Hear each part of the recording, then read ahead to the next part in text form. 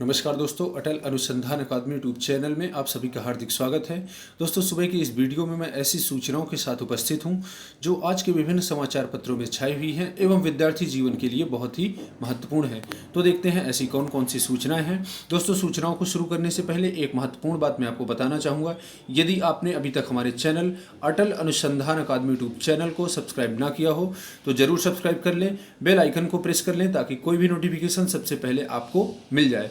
दोस्तों, यहाँ पर UGC net JRF assistant professor, PGT, TGT, GIC lecturer, LT grade व अन्य प्रतियोगी परीक्षाओं की तैयारी कराई जाएगी। ये हमारा व्हाट्सएप नंबर है 8543856728। इस पर मैसेज करके आप हमारे व्हाट्सएप ग्रुप से भी जुड़ सकते हैं।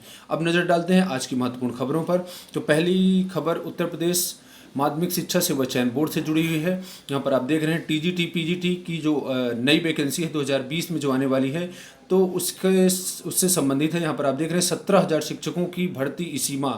प्रदेश के सहायता प्राप्त माध्यमिक विद्यालयों में 17,000 सहायक अध्यापकों की भर्ती के लिए माध्यमिक शिक्षा सेवा चयन बोर्ड अक्टूबर में विज्ञापन जारी करेगा। शासन की हरी झंडी मिलने के बाद बोर्ड ने भर्ती की तैयारी को अंतिम रूप दे दिया है। प्रदेश के 4,502 सहायता प्राप्त माध्यमिक विद्यालयों में सृजित पदों की संख्या के हिसाब से सहायक अध्यापकों के करीब 32,000 पद खाली हैं। वहीं स्कूलों में अध्ययनरत विद्यार्थियों की संख्या के हिसाब से करीब 17,000 शिक्षकों की इन विद्यालयों में कमी है। इसके अलावा प्रदेश में के सहायता प्राप्त संस्कृत विद्यालयों में भी 1,200 से ज़्यादा शिक्षकों के पद खाली हैं। इसका भी विज्ञापन जल्द जारी होने की उम्मीद है। विभाग के एक अधिकारी ने बताया कि बोर्ड इसी माह भर्ती के लिए विज्ञापन जारी करने जा रहा है। तो दोस्तों, टीजीटी पीजीटी 2020 की वैकेंसी अक्टूबर माह में ही आने वाली है और ये पदों की संख्या 17,000 भी है, तब भी कम नहीं है और अब तक की ऐतिहासिक वैकेंसी है। सब लोग अपनी पढ़ाई अच्छी प्रकार से जारी रखें और ये बहुत ही अच्छा सुनहरा मौका है और इस मौके को आप जो है निकालने का प्रयास करें। इसके बाद दोस्तों, असिस्टेंट प्रोफेसर की भर्ती का विज्ञापन जल्द।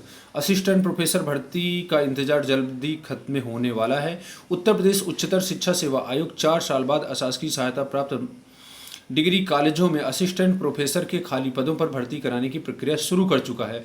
माना जा रहा है कि आयोग दशहरा से पहले 25 अक्टूबर तक विज्ञापन जारी कर देगा। उच्च शिक्षा निदेशालय से 44 विषयों में मिले 2016 पदों के अधियाचन का विज्ञापन निकालने के लिए एजेंसी तय की जा रही है। उच्चतर शिक्षा सेवा आयोग ने एडेड डिग्री कॉलेजों में असिस्टेंट प्रोफेसर पद की भर्ती का विज्ञापन 2016 में निकाला था। विज्ञापन संख्या 47 के तहत 35 विषयों के 1150 पदों की भर्ती निकाली गई थी। वर्तमान समय एडेड डिग्री कॉलेजों में अलग अलग विषय के करीब 4500 पद खाली हैं। शासन से निदेशालय को 3900 पदों की भर्ती का अधियाचन जारी करने की स्वीकृति मिली है। इसके तहत प्रथम चरण में 2016 पदों पर भर्ती का अधियाचन जारी हुआ है। तो दोस्तों, 2020 में जो वैकेंसी आ रही है इसमें 2016 पद होंगे, लेकिन चिंता का विषय ये है कि 4 साल बाद वैकेंसी आ रही है। 2016 में वैकेंसी आई थी और इस समय 20 चल रहा है, तो 2020 में 2016 पदों के लिए वैकेंसी क्यों निकाली जा रही है। मैं यही पूछना चाहता हूं कि वैकेंसी जब 3900 पद खाली हैं तो 3900 पदों के लिए विज्ञापन जारी होना चाहिए, ना कि 2016 पदों के लिए। इसके बाद दोस्तों, विभिन्न चरणों में निकलेगी भर्ती। यहाँ पर आप देख रहे हैं असिस्टेंट प्रोफेसर की भर्ती का विज्ञापन जल्द। ये तो न्यूज़ आप देख ही चुके हैं। यहाँ पर और देखिए आप, प्रदेश के राजकीय होम्योपैथिक मेडिकल कॉलेजों में प्रवक्ता पद की भर्ती के लिए अभी प्रतीक्षा करनी होगी। उत्तर प्रदेश लोक सेवा आयोग अलग अलग चरण में विषयवार भर्ती का विज्ञापन जारी करेगा।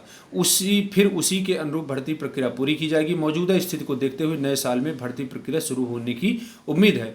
आयोग ने पिछले दिनों राजकीय होम्योपैथिक मेडिकल कॉलेज में विभिन्न विषयों के प्रवक्ता के 76 पदों का विज्ञापन निरस्त किया था। अब अभ्यर्थियों की योग्यता नए सिरे से तय करके विज्ञापन निकाला जाएगा। तो दोस्तों, ये होम्योपैथिक मेडिकल कॉलेजों में प्रवक्ता पद के लिए भी उत्तर प्रदेश लोक सेवा आयोग विज्ञापन जारी करने वाला है।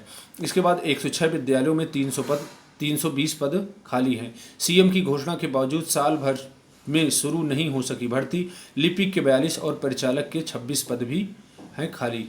अशासकीय सहायता प्राप्त जूनियर हाई स्कूलों में शिक्षक भर्ती के लिए 4 दिसंबर 2019 को उत्तर प्रदेश मान्यता प्राप्त बेसिक स्कूल नियमावली 1978 में संशोधन के 10 महीने बाद भी प्रक्रिया शुरू नहीं हो सकी। इन स्कूलों में बड़ी संख्या में चपरासी से लेकर तक के पद खाली पड़े हैं। पिछले 10 महीने में कई बार रिक्त पदों का ब्यौरा भी शासन से मांगा जा चुका है, लेकिन भर्ती प्रक्रिया ठप है।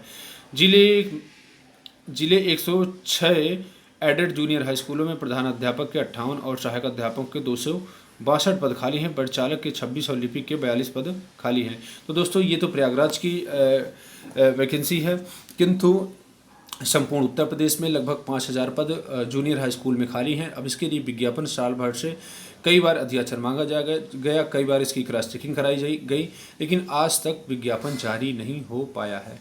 ये चिंता का विषय है। जेईई एडवांस का आज जारी होगा परिणाम। भारतीय प्रौद्योगिकी संस्थान दिल्ली की ओर से आयोजित ज्वाइंट एंट्रेंस एग्जाम के नतीजे सोमवार को आएंगे। वेबसाइट पर परिणाम देख सकेंगे। राजधानी से करीब 4500 अभ्यर्थी परीक्षा के लिए पंजीकृत थे। हिंदी अंग्रेजी के प्रश्न पत्र के अलग अलग विकल्पों। ये संघ लोक सेवा आयोग की प्रारंभिक परीक्षा शनिवार को आयोजित हुई थी। इस दौरान पहले प्रश्न पत्र में एक सवाल के हिंदी व अंग्रेजी में अलग अलग विकल्पों लेकर सोशल मीडिया पर हंगामा मचा हुआ है। शनिवार को हुई परीक्षा के बाद फेसबुक पर शिवांशु राय ने प्रश्न पत्र का स्क्रीनशॉट शेयर करते हुए कहा कि जीएस के प्रश्न पत्र में नंबर 77 के विकल्प में जहां अंग्रेजी में सविनय आंदोलन लिखा हुआ था, वही हिंदी में विकल्प में को असहयोग आंदोलन लिखा हुआ था। ट्विटर पर भी कई लोगों ने इसे इंगित करते हुए ट्वीट किए हैं। तो इस प्रकार की गलतियां करते हैं इतनी बड़ी परीक्षा संस्था, तो ये तो बहुत ही चिंता का विषय है और ऐसी बारीकी गलतियों को सुधारना चाहिए और ऐसी गलतियां आईएएस के एग्जाम में तो कम से कम नहीं होनी चाहिए। 24 साल फर्जी दस्तावेज पर की नौकरी, अध्यापिका बर्खास्त। उर्वा में तैनात शिक्षिका के खिलाफ एफआईआर, वेतन वसूली के आदेश। यहाँ पर आप देख रहे हैं एक ही पैन कार्ड नंबर एवं अन्य शैक्षिक दस्तावेजों के आधार पर 2 शिक्षिकाओं की नियुक्ति के मामले में फर्जीवाड़ा सामने आने के बाद प्रयागराज के पूर्व माध्यमिक विद्यालय अनौर विकास खंड उर्वा में तैनात सहायक अध्यापिका रमा सिंह को बर्खास्त कर दिया गया है। जिला बेसिक शिक्षा अधिकारी संजय कुमार कुशवाहा ने यह कार्रवाई करते हुए उर्वा के खंड शिक्षा अधिकारी को रमा सिंह के खिलाफ एफआईआर दर्ज कराने और अब तक दिए गए वेतन की वसूली करने के आदेश दिए हैं। तो इस प्रकार से दोस्तों फर्जीवाड़ा चलता है। उत्तर प्रदेश में तो कोई किसी भी पद पर फर्जीवाड़ा तरीके से बैठ सकता है। इसके बाद दोस्तों पॉलिटेक्निक सीट चयन का आज अंतिम मौका। पॉलिटेक्निक प्रवेश परीक्षा में सफल उम्मीदवार आज रात 12 बजे तक अपनी पसंद की सीट का चयन कर सकते हैं। इससे पहले दोपहर 1 बजे तक उन्हें रजिस्ट्रेशन शुल्क जमा करना होगा। तो ऐसे छात्र जो पॉलिटेक्निक प्रवेश परीक्षा में 12 बजे तक अपनी पसंद की सीट का चयन करना चाहते हैं वो कर सकते हैं। 12 बजे लास्ट टाइम है। एडेड स्कूल संचालकों ने स्कूल खोलने से किया इनकार। राजधानी लखनऊ की खबर। राजधानी में आगामी 15 अक्टूबर से स्कूल खोलने की कवायद शुरू हो गई है। निजी स्कूल संचालकों के संगठन शुरू करने पर दबाव भी बना रहे, लेकिन शहर के सरकारी सहायता प्राप्त स्कूलों के प्रबंधकों ने हाथ खड़े कर दिए हैं। उनका कहना है कि प्रबंधन के पास कोई बजट उपलब्ध नहीं है। ऐसे में सैनिटाइजेशन, मास्क समेत कोरोना संक्रमण से सुरक्षा के लिए आवश्यक व्यवस्थाएं कर पाना संभव नहीं है। स्कूल प्रबंधकों की ओर से इसके लिए बजट की व्यवस्था करने या फिलहाल स्कूल न खोले जाने की मांग उठाई गई है। कोटा में 9 साल के दौरान 104 छात्रों ने की खुदकुशी। यहाँ पर आप देख रहे हैं वर्षवार आत्महत्या के आंकड़े हैं। 2011 में 6, 2012 में 9, 2013 में 13 आत्महत्याएं, 14 में 8, 15 में 17, 16 में 16, 17 में 7, 18 में 20 तथा 2019 में 8 लोगों ने खुदकुशी की है।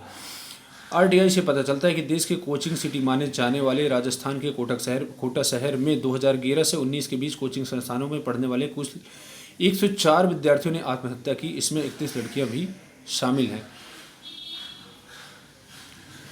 31 तक बंद रहेंगे दिल्ली के स्कूल। मनीष सिसोदिया। स्कूलों में ऑनलाइन शिक्षा संबंधी गतिविधियां पहले की तरह जारी रहेंगी। शिक्षकों का ऑनलाइन प्रशिक्षण इसी माह से। सरकारी प्राइमरी स्कूलों के सभी शिक्षकों को इस बार निष्ठा प्रशिक्षण ऑनलाइन दिया जाएगा। एनसीईआरटी द्वारा तैयार मॉड्यूल के आधार पर प्रशिक्षण दिया जाएगा और इसका मूल्यांकन भी होगा। अक्टूबर के दूसरे हफ्ते से यह प्रशिक्षण दिया जाएगा। समग्र शिक्षा अभियान के तहत पूरे देश में एक जैसी शिक्षक प्रशिक्षण दिया जाता है। इसका उद्देश्य बच्चों के लर्निंग आउटकम में बढ़ोतरी करना, शिक्षकों को स्कूली शिक्षा के नवाचारों से परिचित कराना, स्वस्थ व सुरक्षित स्कूल वातावरण का विकास करना, सीखने की दक्षताओं के विकास पर केंद्रित तनाव मुक्त विद्यालय आधारित मूल्यांकन का विकास करना, आईसीटी का प्रयोग बच्चे के अंकीय व भाषाई कुशलता में सुधार लाने संबंधी सुधार शामिल हैं। अभी तक इसे ब्लॉक स्तर पर आयोजित किया जाता था, लेकिन इस प्रशिक्षण से लाभ कम हो रहा था। तो दोस्तों आज के लिए बस इतना ही, मिलते हैं नेक्स्ट वीडियो में। पूरा वीडियो देखने के लिए बहुत बहुत सा धन्यवाद।